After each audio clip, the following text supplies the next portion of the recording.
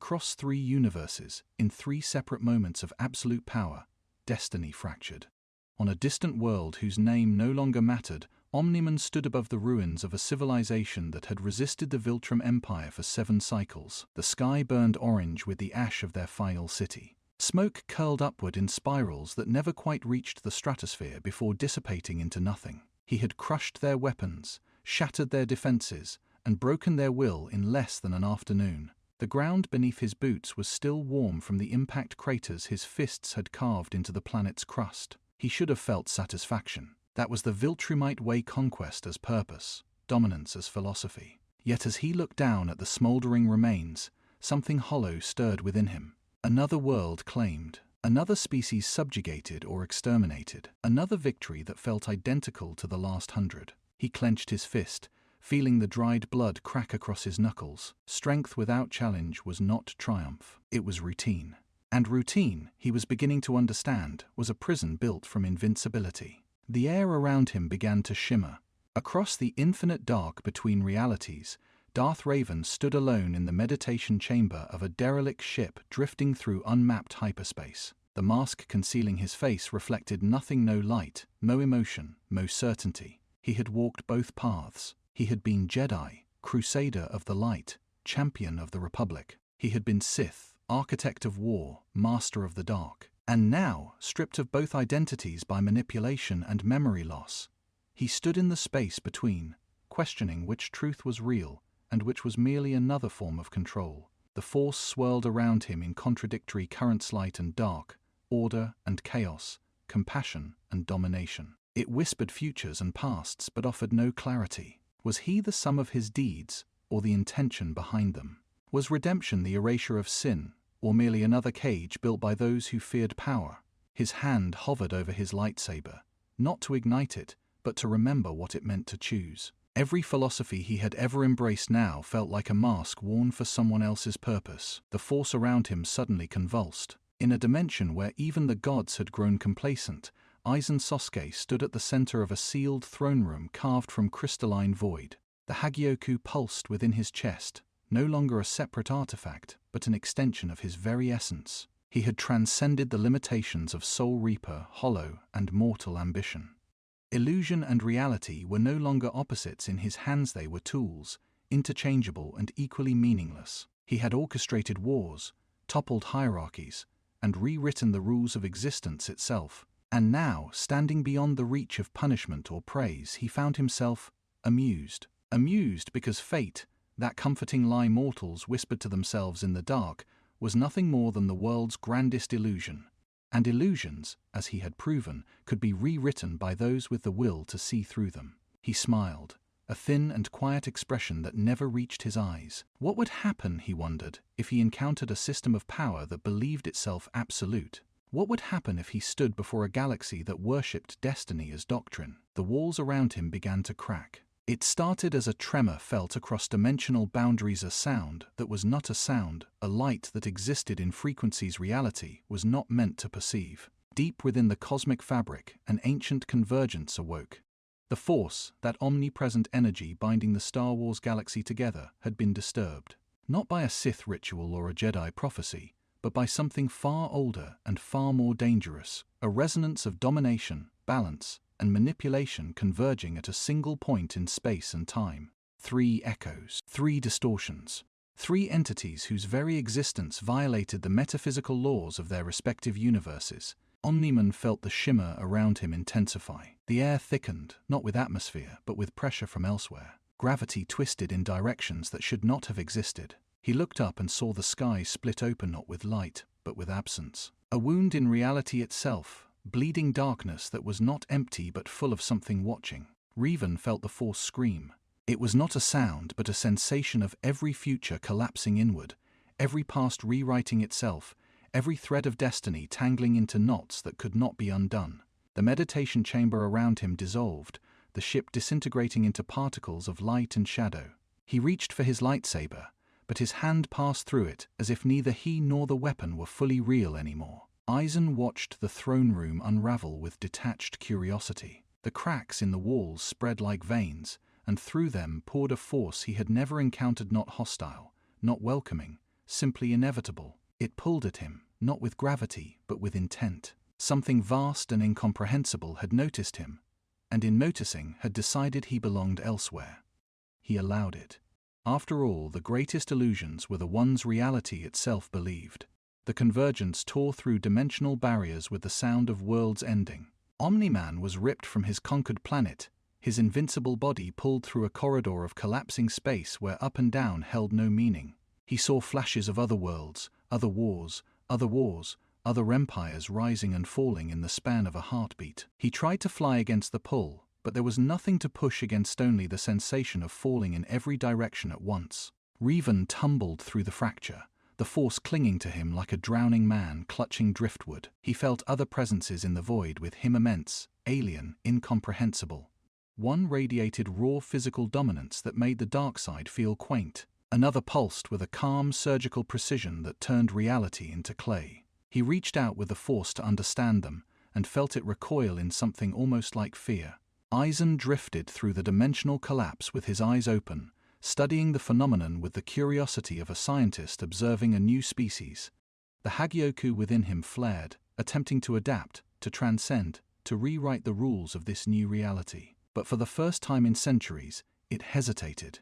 Whatever had seized them was not bound by the laws of evolution or illusion. It was older, deeper, and it was afraid of what it had just done.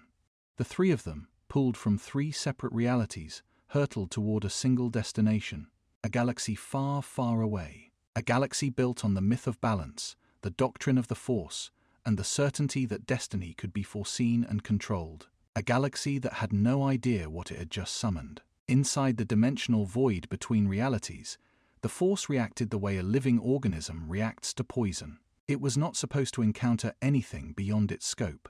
The Force was eternal, omnipresent, the foundation of all life and death within its domain. Light and dark, order and chaos, destiny and choice, all of it flowed through the Force, governed by it, defined by it. Even the Sith, in their arrogance, and the Jedi, in their serenity, were merely expressions of its will. The Force did not fear. It did not doubt. It simply was. Until now. Omni-Man felt the pressure first. It wrapped around him like invisible hands, probing, testing, attempting to understand what he was. He had felt psychic attacks before, telepaths trying to invade his mind, energy manipulators attempting to bind his body. They always failed. Viltrumite physiology was built to resist, to endure, to overcome. But this was different. This was not an attack. It was an examination. The Force pressed against his consciousness, searching for thoughts, emotions, connections to life itself. It found only certainty, no fear of death, no worship of gods, no philosophy binding his actions to something greater than himself. Just raw, undiluted conviction that strength was the only law that mattered. The Force recoiled, disturbed. It had touched tyrants before, Scythe lords, warlords, conquerors drunk on power. But they all craved the Force, needed it, bent themselves to wield it. This being did not need the Force, did not want it, did not even acknowledge it as significant. To Omni-Man, the Force was just another environment to ignore. Gravity intensified around him, reality attempting to restrain what it could not comprehend. Omni-Man flexed, and the pressure shattered.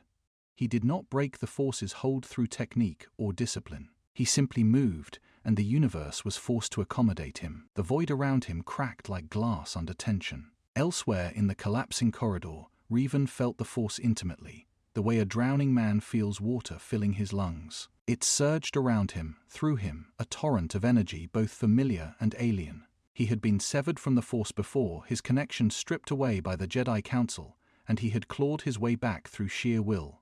He knew its currents, its whispers, its promises and lies. But here, suspended between dimensions, he felt something he had never felt before. The Force was afraid. Not of him. Of the other presences trapped in the void with him.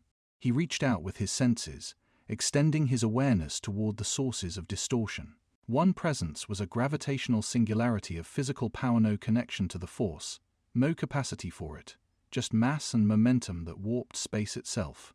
The other was stranger still, calm, deliberate, wrapped in layers of illusion so perfect that even the Force could not see through them. It probed that presence and came away with contradictions, unable to determine if what it sensed was real or a reflection of a reflection. Revan spoke into the void, his voice resonating across dimensions. "You brought us here. Why?" The Force did not answer. It could not. It had no voice, no singular will. It was instinct and inevitability, and right now, its instinct was screaming that it had made a catastrophic mistake. These were not champions summoned to restore balance. They were disruptors, variables that did not fit into any prophecy, any vision of the future. The Force had reached across realities in a moment of desperation, seeking power to counter a rising darkness within its own galaxy. Instead, it had pulled in entropy. Revan felt the currents of the Force twist around him, no longer flowing naturally but convulsing, trying to eject the foreign elements.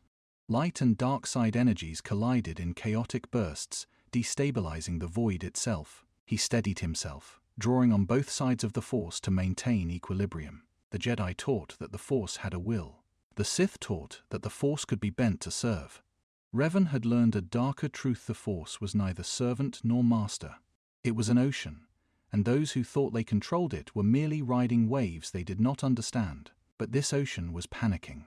Deeper in the void, Aizen observed with quiet satisfaction. The Force had tried to read him the moment he entered its domain, reaching into his mind to catalogue his nature, his intentions, his weaknesses. It failed spectacularly. The Hagioku pulsed within him, rewriting his existence faster than the Force could comprehend it. Every time it thought it understood what he was, he had already become something else.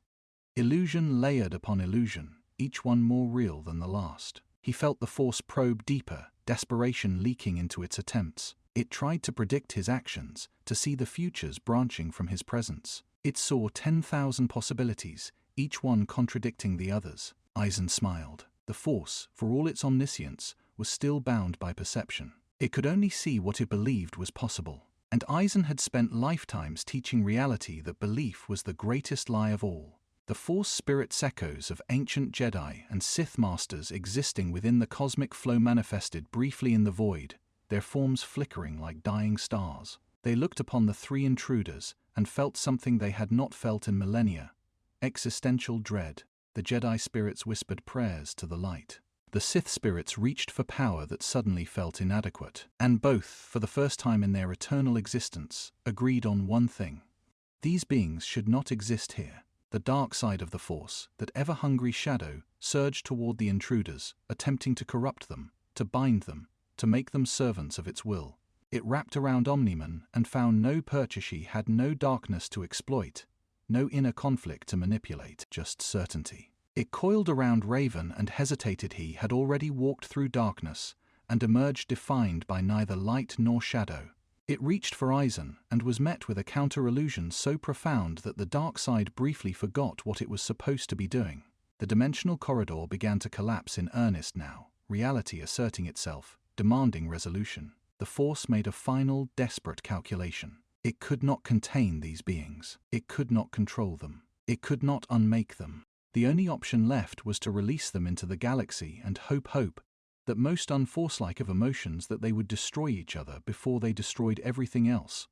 The void shattered into light. Three beings, torn from three universes, were hurled into a galaxy that had no name for what they were. And the Force, for the first time in its existence, prayed it had not just summoned the end of all things. They arrived separately, as catastrophes often do, scattered across imperial space like pieces of a shattered god.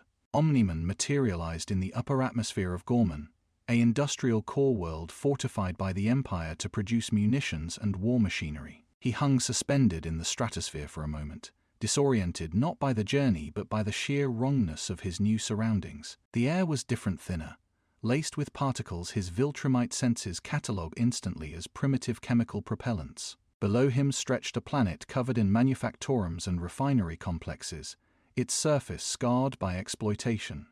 No elegance, no efficiency, just brute extraction. He descended. The Imperial garrison stationed at Gorman's primary command facility detected an unidentified object entering their airspace. Alarms shrieked. Officers barked orders. TIE fighters scrambled from hangar bays, screaming into the sky with the confidence of a military that had never encountered a threat it could not bomb into submission. Omni-Man watched them approach, these small angular vessels spitting green bolts of energy that dissipated harmlessly against his skin. He did not understand their technology. did not care to. They were insects. He moved. One moment he was a dot in the sky. The next he was through the TIE formation, and 12 fighters exploded simultaneously, their hulls crumpling inward as if struck by an invisible meteor swarm. He did not slow down. The command facility loomed ahead, a massive durasteel fortress bristling with turbolaser emplacements and shield generators. The shields flared to life, a shimmering blue barrier designed to withstand orbital bombardment. Omni-Man hit it at full speed. The shield lasted 3 seconds. Then it shattered, feedback overloading the generators and causing cascading explosions throughout the facility's power grid. Stormtroopers poured out of the barracks, firing wildly at the figure descending into their courtyard. Blaster bolts struck him from every angle, splashing against his uniform like rain. He looked at them, these armored soldiers who marched in perfect formation and died just as orderly, and felt a flicker of disappointment. This galaxy's warriors were fragile. He walked forward, and the ground cracked beneath each step. A stormtrooper sergeant barked an order to fall back, to regroup, to call for reinforcements. Omni-Man reached him before the words finished, leaving his helmet's vocoder. One hand closed around the sergeant's helmet and squeezed. The helmet crumpled. The man inside stopped existing as a threat. Omni-Man dropped the body and continued walking, effortlessly crushing opposition that had been trained to suppress rebellions and subjugate planets. Within minutes, the garrison was silent. Smoke rose from shattered gun emplacements. Bodies lay scattered across the courtyard, twisted at angles that suggested impossible force. Omni-Man stood in the center of the carnage, looking up at the sky, searching for something, anything that would prove this galaxy had worthy opponents. He found none. Only the faint electronic chatter of panic spreading through Imperial communication networks, distant voices screaming about a demon that could not be killed. He had mistaken an empire for a challenge. Now he understood this was just another weak civilization, ripe for conquest or irrelevant enough to ignore. Across the galaxy, on the throne world of Coruscant, Revan materialized in the shadows of the underworld, the vast layered abyss beneath the planet's gleaming surface where civilization's outcasts festered. He stood in an alley lit by flickering neon, his mask reflecting the sickly colors, his presence immediately drawing attention from those who survived by sensing danger. Smugglers, bounty hunters, information brokers, they all looked at the robed figure and felt something primal tell them to look away. Revan did not announce himself, he simply listened. The force flowed around him, chaotic and turbulent compared to the measured currents of his own reality, but still fundamentally familiar.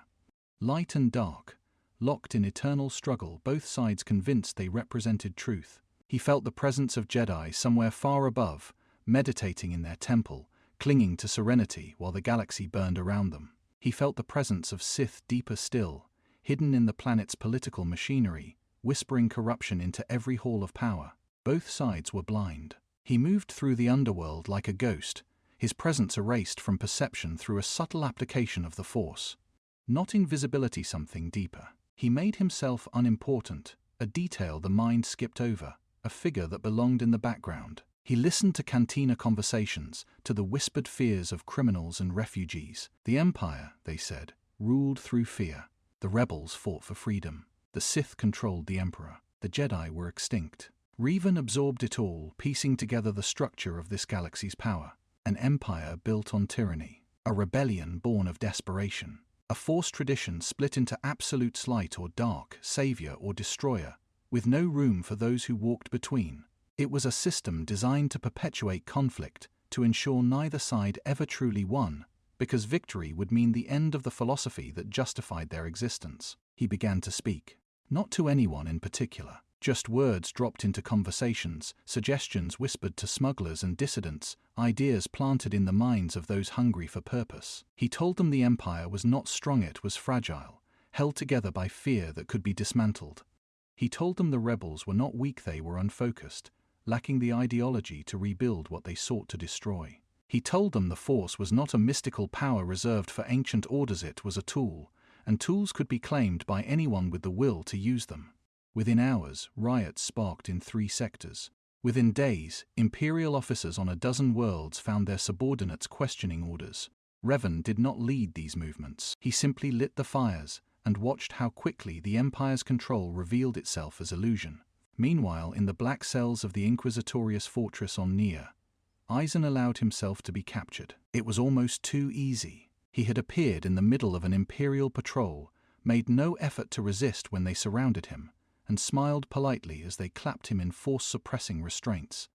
The Inquisitor's fallen Jedi, twisted into hunters of their former kin, studied him with a mixture of curiosity and contempt. They felt no force sensitivity from him, no connection to the power that defined their galaxy. Just a man in strange robes, calm and unafraid. They threw him into a cell designed to break the will of Jedi Masters. Aizen sat in the darkness and observed. The walls were inscribed with Sith runes meant to amplify despair. The air was laced with drugs to induce hallucinations. Torture droids patrolled the corridors, their vocabularies limited to suffering. He found it all. The Sith, he realized, understood fear and pain. But they did not understand the one thing that made torture truly effective: the victim's belief that resistance mattered. He closed his eyes and extended his awareness, not through the Force, but through the Hogyoku's reality-warping influence. He felt the minds of every Inquisitor in the fortress, catalogued their doubts, their fears, their secret resentments toward the Empire that had enslaved them. He did not break their minds. He simply adjusted their perceptions, made them see their comrades as threats, made them question orders, made them wonder if their loyalty was returned.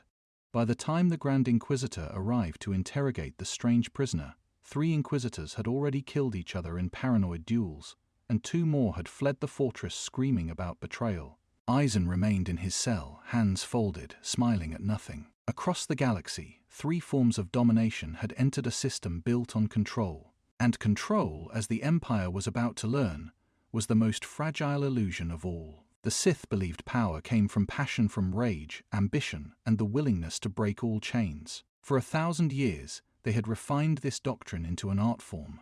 The rule of 2 ensured only the strongest survived. The dark side rewarded those who embraced their hunger. And at the apex of this philosophy sat Emperor Palpatine, a being who had bent the Force itself to his will, who had toppled a republic and extinguished the Jedi through manipulation and foresight. He sat now in his throne room on Coruscant, meditating on disturbances rippling through the Force. 3 anomalies. 3 disruptions that should not exist. His visions, which had always shown him futures branching like infinite trees, now showed him static, blank spaces where certainty should have been. It disturbed him in a way few things could. The dark side whispered warnings he did not fully understand. His apprentice, Darth Vader, stood before him, awaiting commands. "There are intruders," Palpatine said, his voice a rasp that carried the weight of malice. "Beings that do not bow to the Force. Find them, break them, prove the supremacy of the Sith." Vader bowed, his respirator hissing affirmation, and departed to hunt the first anomaly. He found Omni-Man standing in the ruins of an Imperial outpost on Bestine IV. Vader approached slowly, his black armor reflecting the fire still burning from Omni-Man's assault. He had broken armies, shattered fleets, killed Jedi Masters without breaking stride. He was the Empire's fist, the dark side incarnate, the chosen one fallen into shadow. He reached out with the Force, intending to crush this intruder's windpipe, to feel bones snap and life extinguish. The Force touched Omni-Man and slid off like water on glass. Vader tried again, pouring more power into the telekinetic grip. Nothing. No resistance. No struggle. Just nothing. As if the Force could not see the target standing directly in front of him. Vader ignited his crimson lightsaber, the blade humming with contained fury. If the Force would not suffice, then raw skill and a plasma blade would. Omni-Man looked at the glowing sword with mild interest. "Is that supposed to intimidate me?" Vader struck a masterful diagonal slash designed to bisect torso from shoulder to hip. The lightsaber connected with Omni-Man's chest, and the blade stopped. No burn. No wound. Just contact, as if Vader had struck a blade against a starship's hull. Omni-Man glanced down at the point of contact, then back up at the masked figure holding the weapon. "Cute," Omni-Man said, and backhanded Vader across the outpost. The Sith Lord crashed through 3 prefabricated structures before augmenting his trajectory with the Force, landing in a crouch 50 meters away. His armor was dented. His respirator sparked. Inside his helmet, alarms screened damage warnings. He had been hit before by explosions, by collapsing buildings, by the rage of powerful Force users, but never like this. Never with such casual, effortless strength. He stood, reaching deeper into the dark side, feeling it flood his body with power, with hate, with the promise that nothing was beyond his reach. He raised his hand and tore a cargo hauler from its landing pad, hurling the multi-ton vehicle at Omni-Man with the force. Omni-Man caught it with one hand, crumpled it into scrap, and tossed it aside. Is this really all your people have? Vader felt something he had not felt since Mustafa'd out. Across Coruscant's political underbelly, Revan was systematically dismantling the Sith's ideological foundation without throwing a single punch. He had infiltrated an Imperial strategy meeting disguised as a mid-level intelligence officer, his presence so mundane through the Force that not even the Inquisitors stationed as security noticed him. He listened to generals discuss subjugation tactics, to Moffs debate resource extraction quotas, to officers casually planning atrocities, and then he spoke. What is the Empire's purpose? The room went silent. The question hung in the air like a blade. An admiral frowned. To impose order, to eliminate chaos. Through fear, Revan said calmly. Fear of death, fear of consequences. But fear is not loyalty, fear is not strength. Fear is what you inspire when you have nothing else to offer. A Moff stood, indignant. The Empire offers stability, prosperity, safety. Revan tilted his head. For whom? The core worlds? The factory planets? The slaves mining spice in the outer rim?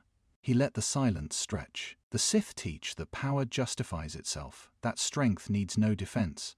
But if that were true, why does the Empire require endless fleets, endless armies, endless surveillance?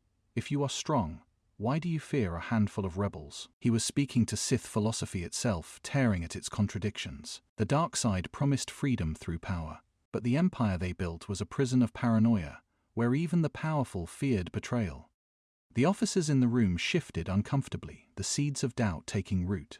Revan vanished before they could arrest him, leaving only a question echoing in their minds. What did they truly serve? In the black cells of Nur, the Grand Inquisitor stood before Aizen's cell, attempting to project dominance. He was a pawn, tall and gaunt, his yellow eyes burning with dark side corruption. He had broken Jedi. He had tortured rebels. He had never failed to extract information or obedience. You will tell me what you are, the Grand Inquisitor hissed, or you will beg me to let you tell me. Aizen looked up from his seated position, his expression serene. You don't sense the Force in me, do you? The Inquisitor paused. No, you are empty, powerless. Exactly, Aizen said, smiling. And that terrifies you. The Grand Inquisitor snarled and reached out with the Force, attempting to invade Aizen's mind, to tear memories and truth from his consciousness. He pushed through Aizen's mental defenses and found nothing. No memories, no thoughts, no sense of self, just a void that looked back at him. Then the void smiled. The Grand Inquisitor staggered back, his connection to the Force suddenly inverted. He felt himself, his doubts, his failures, his fear that he was nothing more than a slave wearing a title. Aizen had not resisted. He had reflected. The Inquisitor's own darkness, turned back on him, amplified 1,000-fold. You rely on the Force to tell you who is strong and who is weak, Aizen said quietly. But the Force only sees what it can measure. I am beyond measurement. The Grand Inquisitor fled the cell, his mind fracturing. Within the week, the Inquisitorious fortress descended into chaos. Inquisitors accused each other of treachery. Force sensitives imprisoned their reported seeing contradictory visions. Sith doctrine, always so certain, always so absolute, began to crack. The Force itself grew unstable, no longer flowing smoothly but convulsing, reacting to presences it could not define or control. And in his throne room, Emperor Palpatine felt the first flicker of something he had not felt in decades: uncertainty. Emperor Palpatine did not tolerate uncertainty. He had built an empire on foresight, on seeing every thread of possibility and pulling the ones that led to his enemy's downfall. But now, staring into the dark side's swirling currents, he saw only chaos. 3 distortions in the Force stood at the center of collapsing futures. Every vision that included them ended in static. Every prediction fractured into contradictions. He convened the Imperial High Command in the war room deep within the Imperial Palace. Grand Moffs, fleet admirals, intelligence directors, the architects of galactic subjugation stood assembled, waiting for their emperor's will. Palpatine regarded them with eyes that burned yellow with Sith corruption, and when he spoke, his voice carried the weight of inevitability. The Empire faces an existential threat. Not rebels, not Jedi remnants. something beyond the Force itself. He gestured to a holoprojection displaying 3 locations: Bestine the Fourth, Coruscant's underworld, and the Inquisitorius fortress. These intruders have demonstrated power that defies our understanding. They will be eradicated. Spare no resource. Show no mercy. The order went out across 1,000 star systems. The Imperial Navy launched the largest coordinated operation since the Clone Wars. Star destroyers assembled into battle groups, their wedge-shaped hulls bristling with turbolasers and ion cannons. TIE swarms numbering in the tens of thousands scrambled from carrier bays. Interdiction fields were deployed to prevent hyperspace escapes. The Empire, which had crushed the Jedi Order and subjugated the galaxy, turned its full military might toward 3 individuals. It was a fatal miscalculation. Omni-Man floated in the void above Bestine the Fourth, watching a fleet of 20 star destroyers emerge from hyperspace. He had been waiting. After his encounter with the warrior in the black armor Vader, he had learned from intercepted transmissions he had hoped this galaxy might finally offer a challenge. The sight of the fleet briefly lifted his spirits. These ships were massive, kilometers long, armored in durasteel and shielded by energy barriers. Surely these represented meaningful opposition. The lead star destroyer opened fire. Green turbolaser bolts lanced across the void, each one carrying enough energy to vaporize buildings. Hundreds of them converged on Omni-Man's position simultaneously, a precisely coordinated barrage designed to overwhelm any target. Omni-Man flew through the firestorm unharmed. He accelerated, crossing the distance between himself and the lead star destroyer in seconds. He did not slow down. He struck the vessel's command bridge at full speed, and the impact sent shockwaves rippling through the entire superstructure. Durasteel buckled, viewports shattered. The bridge crew died instantly, their bodies pulverized by the collision. Omni-Man tore through the ship's interior, punching through bulkheads and reactor shielding as if they were paper. He emerged from the starboard side, the star destroyer already listing, atmosphere venting from 100 breaches. Behind him, secondary explosions blossomed as reactor containment failed. The ship broke apart, its forward section drifting away from the disintegrating stern. 19 star destroyers remained. Omni-Man smiled. He hit the next vessel with even more speed, this time aiming for the main reactor. The explosion was visible from the planet's surface, a miniature sun blooming in orbit. He moved to the 3rd star destroyer, then the 4th, each one dying in minutes.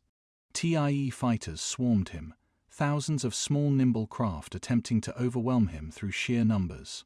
He flew through them like a meteor, and everything he touched exploded. The fleet's admiral, watching his armada disintegrate, made a final desperate decision. He ordered all remaining ships to concentrate fire on a single point, not at the intruder, but at the planet below. If they could not kill the monster, they would force him to choose between victory and billions of civilian lives. Omni-Man watched turbolasers redirect toward Bestine 4 cities and felt the familiar calculus of Viltrumite philosophy. Civilians were irrelevant, weakness protecting weakness. He should ignore them, finish the fleet, prove that sentiment was a tactical flaw. But something made him hesitate. He remembered standing over the ruins of a conquered world, feeling hollow. He remembered his son on Earth, choosing to protect instead of dominate. He remembered questioning whether strength without purpose was just noise. He dove toward the planet, positioning himself between the fleet and the surface, and began catching turbolaser bolts with his body. Each impact drove him downward, carving trenches through the atmosphere, but he held position. Not because he cared about the people below, not even because he believed they deserved protection, but because he was curious whether choosing something other than pure domination would feel different. The fleet, stunned by this impossible defense, hesitated a moment too long. Omni-Man flew back into space and finished them all. On Coruscant, Revan orchestrated a different kind of destruction, the collapse of Imperial control through ideology itself. He had spent weeks planting seeds of doubt in Imperial officers, rebel cells, and neutral systems. He did not recruit followers. He did not build an army. He simply asked questions that unraveled certainties. To Imperials, what happens when the Emperor dies? To rebels, what system will replace the Empire? To Force sensitives, what if light and dark are both prisons? The results cascaded faster than the Empire could contain. On Quart, shipyard workers sabotaged Star Destroyer construction, not out of rebel sympathy, but because Revan had convinced them the Empire was already collapsing. On Corellia, entire Imperial garrisons defected, not to the rebellion,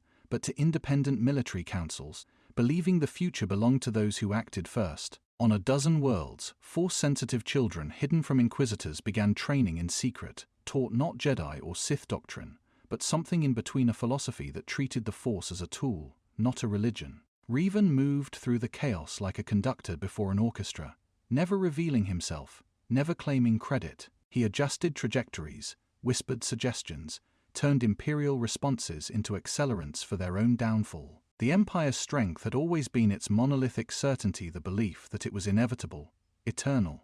Revan introduced doubt, and doubt was a virus in systems built on fear.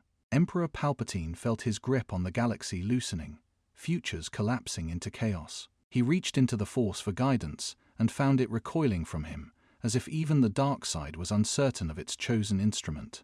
In the Inquisitorious fortress, Aizen's work was nearly complete. He had been imprisoned for 3 weeks. In that time, every Inquisitor had gone insane, killed each other, or fled into the galaxy carrying fragments of paranoia that spread like disease. The fortress itself had become a monument to unraveling Sith runes flickering with contradictory energies, torture chambers that tormented their operators, meditation rooms where the dark side whispered truths that broke minds. Aizen walked out of his unlocked cell, stepped over the bodies of those who had thought themselves his captors, and admired his work. He had not destroyed the Inquisitorious through force. He had simply revealed what they already were: slaves wearing leashes they called power, worshipping a doctrine that promised freedom while demanding absolute obedience. The Sith, he realized, were beautiful in their hypocrisy. They preached that power justified itself, yet built hierarchies of control. They claimed to embrace passion, yet feared their own apprentices. They spoke of breaking chains while forging new ones. He left the fortress intact, a haunted monument, and walked into the galaxy with a smile. 3 separate campaigns of destruction, 3 different methodologies, and the Empire, which had believed itself the pinnacle of galactic dominance, was learning a terrible truth. Power built on control could be shattered by those who existed beyond control's reach. They met on Jedha Moon, sacred to Force worshippers, scarred by Imperial mining and conflict, a place where belief and destruction had fused into ruins. Omni-Man descended from orbit, his landing sending cracks through the ancient stone plaza. He was hunting stronger opponents, chasing the rumor of another being who had fought Darth Vader and survived. He found Revan meditating among the wreckage of a Jedi temple, robes untouched by the dust swirling around him. Revan opened his eyes. "You're the one tearing through their fleets, and you're the one turning their officers against each other," Omni-Man replied, studying the masked figure. "Does it satisfy you, manipulating the weak? Does it satisfy you?" Revan countered. "Crushing them." They regarded each other across 10 meters of scorched stone. Omni-Man radiated physical dominance, every movement precise, economical, the embodiment of a being who had never met a force he could not overpower. Revan radiated something subtler: balance, fluidity, the sense of a man who stood at the center of contradictory truths and refused to collapse into either. "You're different from them," Omni-Man said, gesturing vaguely at the galaxy around them. "You have strength, but you hide behind philosophy." "You have strength," Revan said calmly, "but you mistake it for purpose." The tension crystallized, not hostile, but evaluating. 2 beings from different realities, each convinced they understood the fundamental truth of existence. Then a third voice cut through the standoff. "How fascinating! Power and ideology meeting in ruins built by faith." Aizen emerged from the temple's shadow, his smile warm and utterly empty. He walked with the casual confidence of someone entering a conversation between friends, though no warmth touched his eyes. "You've both been quite busy, one shattering fleets, the other shattering certainties. And here, I thought I was making an impression." Omni-Man turned, immediately assessing the new arrival. Physically unimpressive, no enhanced musculature, no visible weapons, no aura of threat, just a man in strange robes, smiling politely. Every Viltrumite instinct told him this one was irrelevant. Revan felt differently. The Force swirled around the newcomer in ways that made no sense, currents that circled but never touched, as if reality itself could not agree on whether he was present or merely appeared to be. Revan's hand drifted toward his lightsaber. "You're the one who broke the Inquisitors," Revan said. Broke? Aizen's smile widened. I simply showed them what they already were. If that broke them, the fragility was always there. Omni-Man crossed his arms. You're stalling, talking to avoid fighting. Oh, I have no intention of fighting, Aizen said pleasantly.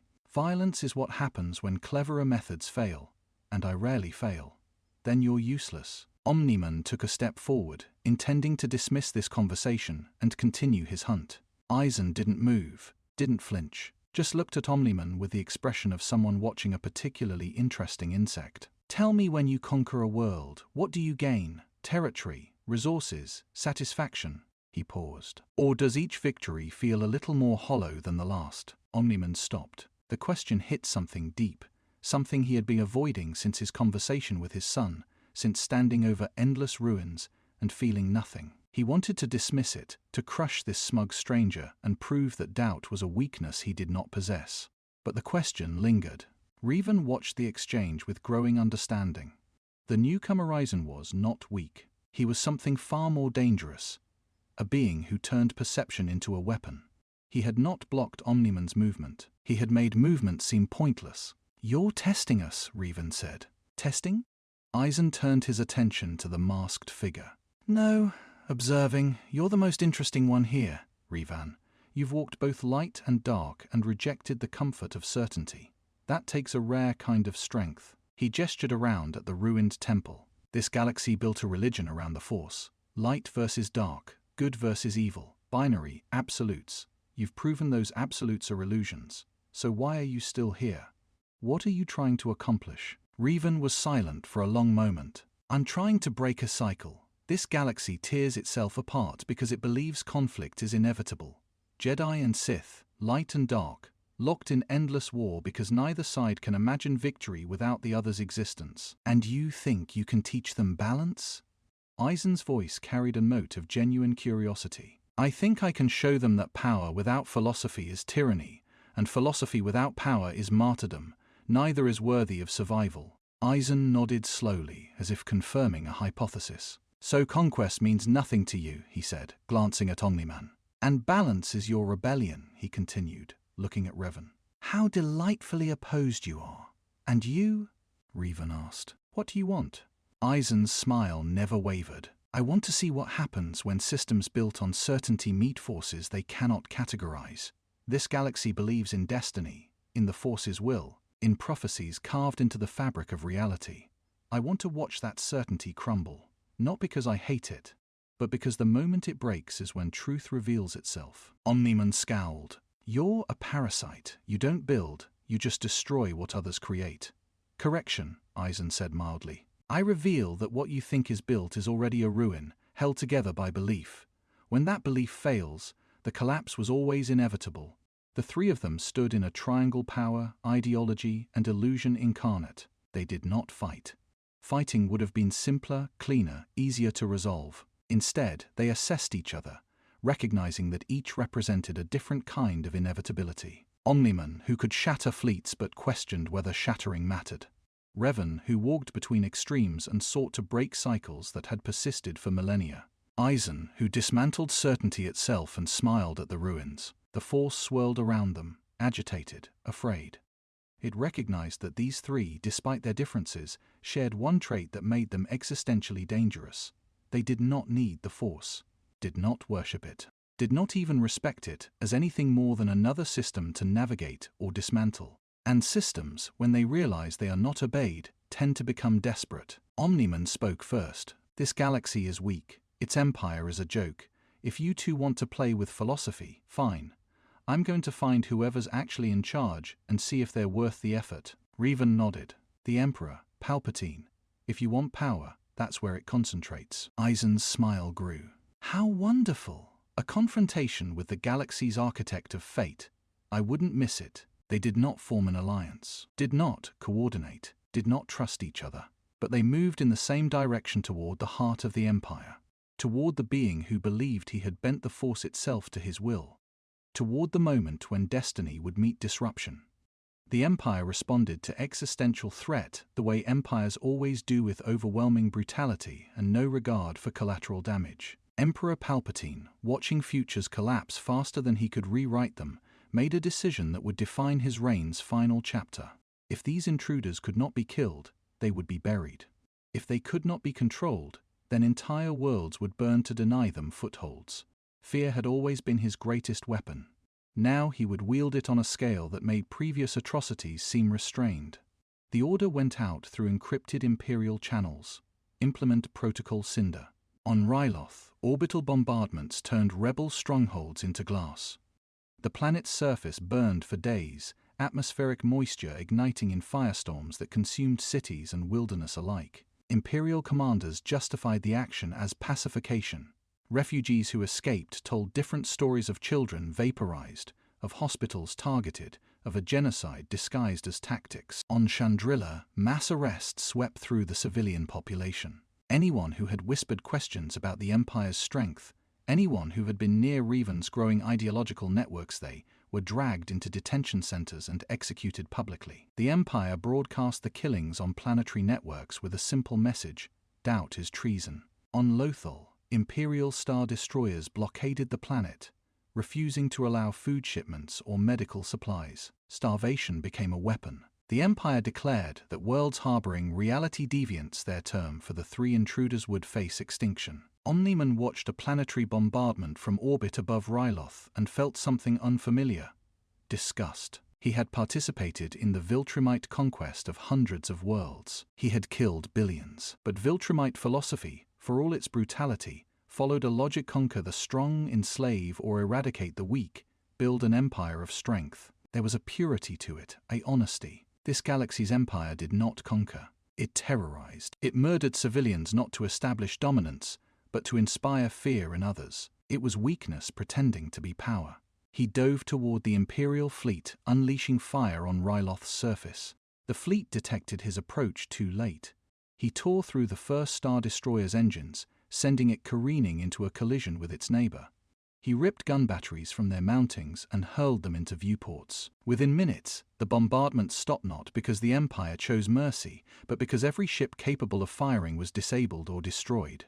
Omni-Man floated above the wreckage, looking down at the burning planet, and felt the hollowness again. He had stopped this atrocity, but 1,000 others continued across the galaxy. He was strong enough to shatter fleets, but not omnipresent. The Empire's cruelty was not a single enemy he could punch. It was a system, vast and distributed, designed to inflict suffering faster than any individual could prevent. For the first time since arriving in this galaxy, Omni-Man began to understand what Revan had meant about power without purpose being tyranny.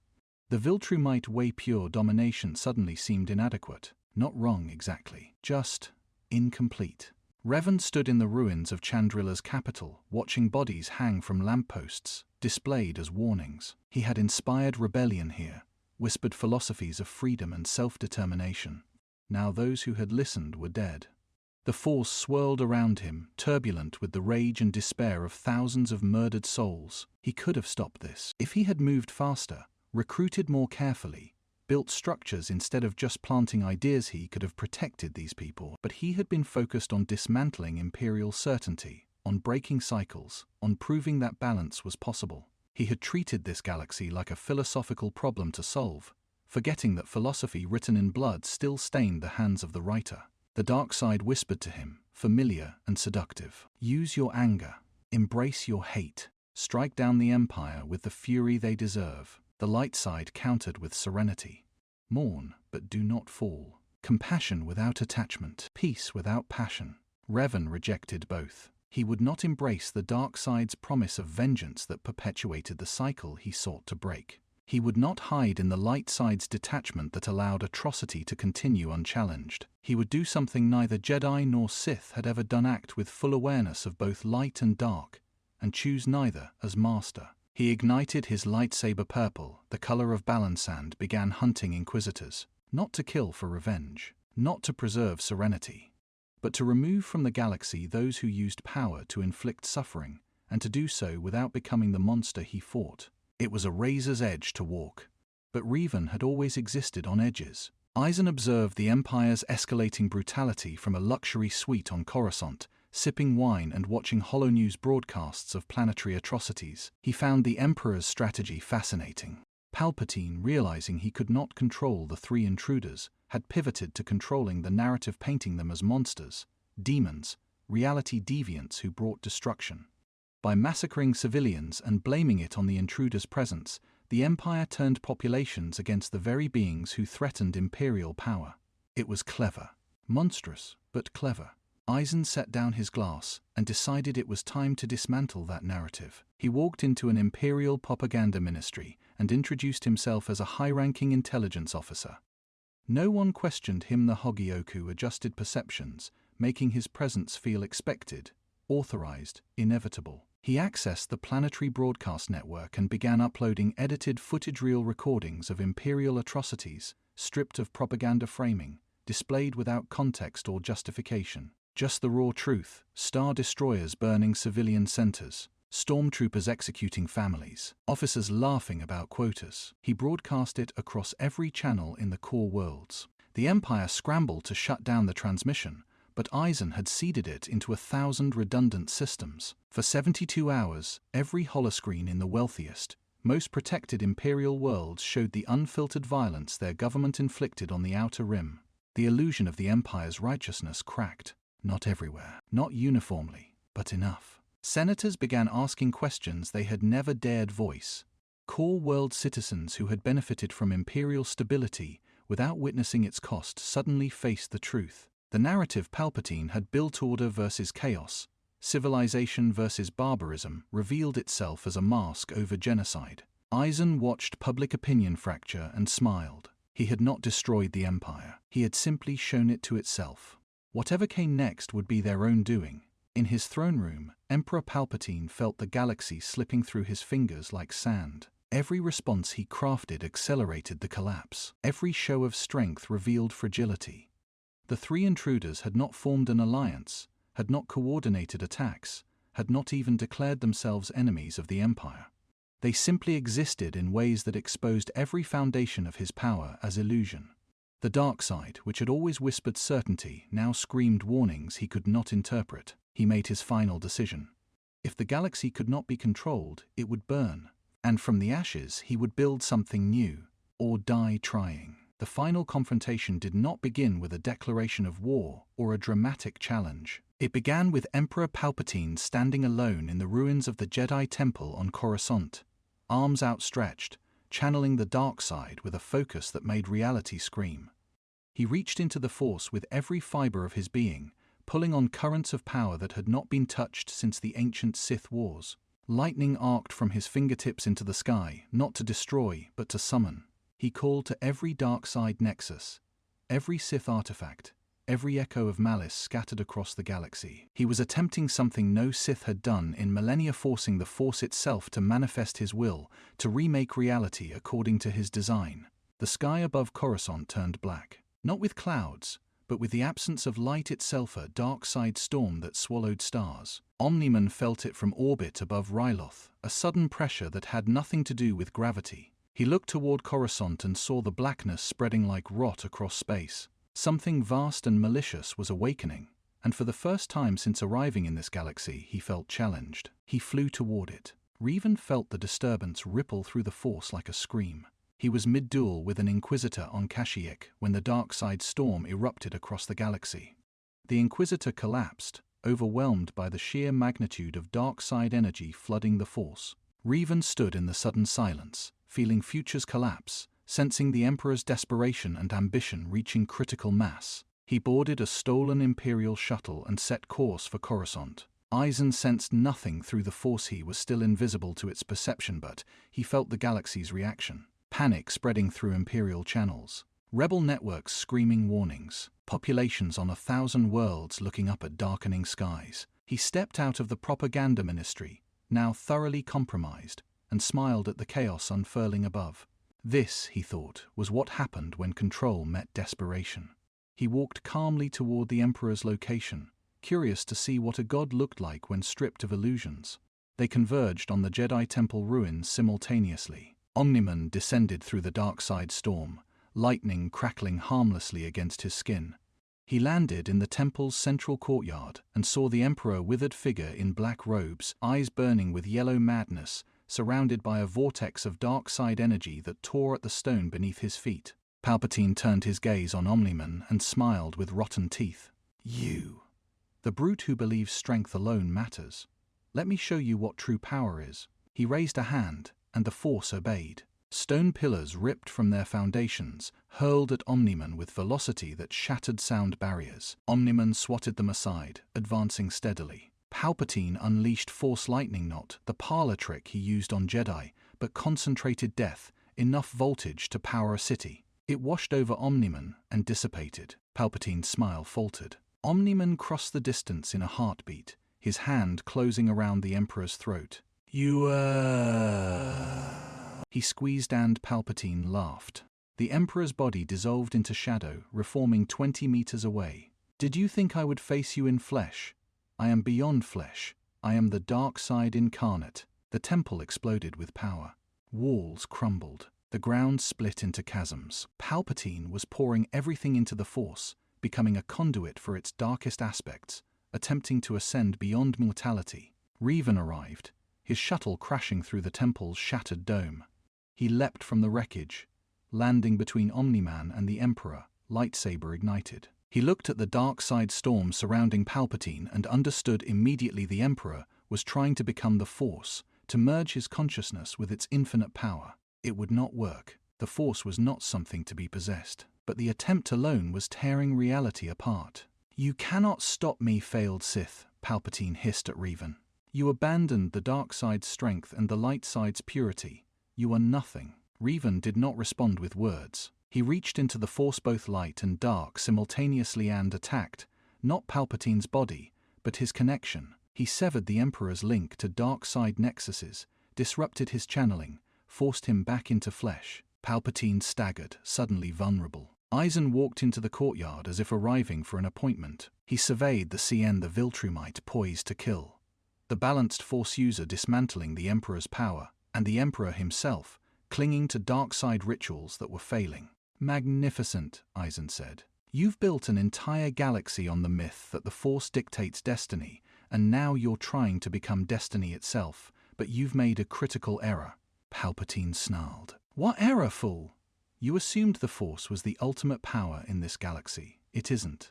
Aizen gestured casually at Omni-Man and Revan. "He exists outside it, he transcends it. And Aizen's smile widened. "I've been rewriting how it perceives reality since I arrived." The Hagioku pulsed, and suddenly the dark side storm collapsed inward. Not dispersed, inverted. Every thread of dark side energy Palpatine had summoned turned back on him, feeding on his own hatred, his own ambition. The Emperor screamed as his own power devoured him. Revan felt the Force convulse, the metaphysical structure of the galaxy buckling under impossible stress.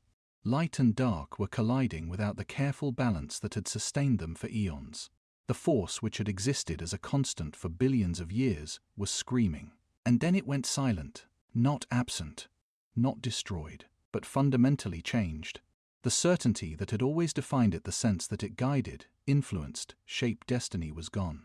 The Force still existed, still connected all living things, but it no longer dictated. It no longer promised futures or enforced balance. It simply was. Palpatine collapsed, his body ancient and frail without the dark side sustaining him. He looked up at the three figures standing over him, conquest, balance, and illusion, and understood that he had lost not because they were stronger, but because they existed in ways the Force could not account for. Omni-Man looked down at the Emperor and felt no satisfaction in the victory. This withered creature was not a worthy opponent, just another tyrant clinging to power. Revan deactivated his lightsaber, feeling the Force settle into its new state, quieter, less certain, but somehow more honest. Aizen knelt beside the dying Emperor and whispered, "You believed you had bent the Force to your will, but the Force was always bending you. That's what faith does. It makes slaves think they're masters." Palpatine's eyes burned with hate until they burned with nothing at all. The Emperor of the Galactic Empire died in silence, unmourned, his grand design shattered by forces he had never understood. Above Coruscant, the dark side storm dissipated, revealing stars. The galaxy took its first breath in a universe without destiny. The Empire fractured within weeks. Without Palpatine's dark side mastery holding it together, without the certainty of imperial destiny, The vast military machine tore itself apart.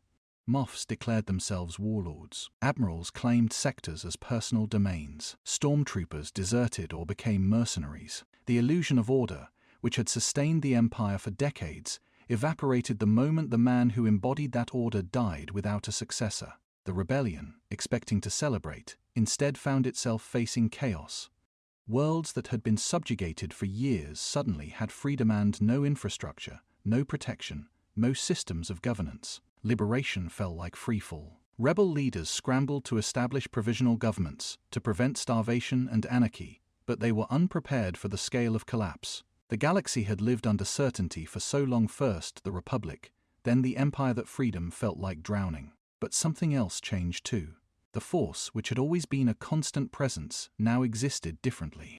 Jedi survivors emerging from hiding felt it immediately. No longer did the Force whisper destiny or demand absolute adherence to light. Sith cultists clinging to the old ways found the dark side unresponsive to their hatred. The Force still flowed, still connected all life, but it no longer chose sides.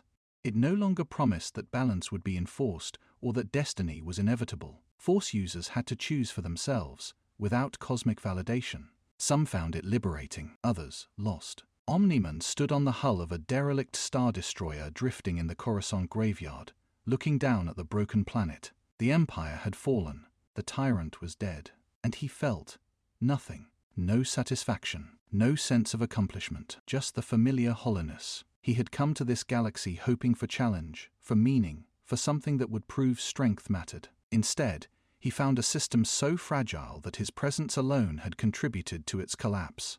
The Empire had not been defeated by a stronger empire. It had simply been exposed as hollow.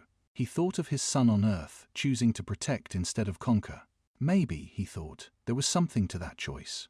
Not because protection was inherently noble, but because conquest without purpose was just breaking things. He launched himself into space, flying toward the edge of the galaxy. He would leave, find another universe, another challenge. But something had changed in him, something he could not yet name. For the first time in centuries, Omni-Man questioned whether he had been asking the wrong questions all along. Revan remained on Coruscant, walking through the ruins of the Jedi Temple. Survivors, Force sensitives from across the galaxy began arriving, drawn by rumors of a teacher who walked between light and dark and bowed to neither. He did not build a new Jedi Order, did not resurrect Sith doctrine. Instead, he taught something simpler. The Force was a tool, powerful and dangerous, but just a tool. Light and dark were not cosmic absolutes, but personal choices. Compassion and passion could coexist. Power could serve wisdom, and wisdom could wield power.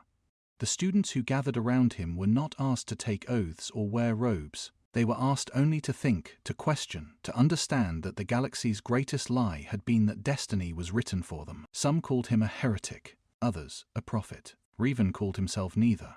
He was simply a man who had walked every path and chosen to forge his own.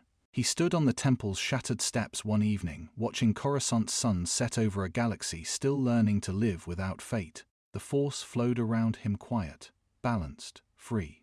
For the first time in his long, fractured life, Revan felt at peace. Aizen left the galaxy laughing. He had achieved exactly what he wanted: exposed a system built on faith, watched it collapse when that faith was tested, and observed what truths emerged from the ruins. The Empire had been a lie. The Force's will had been an illusion.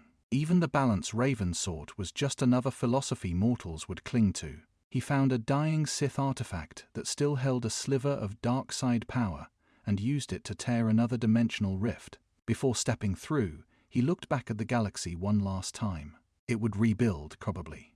New systems, new beliefs, new lies to comfort those afraid of uncertainty. And somewhere, in some other reality, another structure of certainty awaited his attention. He stepped through the rift and vanished, leaving behind only a rumor, a whisper among Force sensitives about a being who could rewrite perception itself, who smiled as worlds burned, who proved that even the Force could be deceived. In cantinas and academies, in temples and war rooms, the legend grew. They spoke of three beings who entered the galaxy when it was ruled by destiny and left it free. One who proved strength alone was not enough. One who showed that balance could be chosen, not enforced. One who revealed that even gods could be tricked. The galaxy would never know their full story. never understand where they came from or why they came. But the lesson remained. Destiny is only inevitable until something impossible proves otherwise. And in a universe infinite and strange, the impossible is always waiting beyond the next horizon.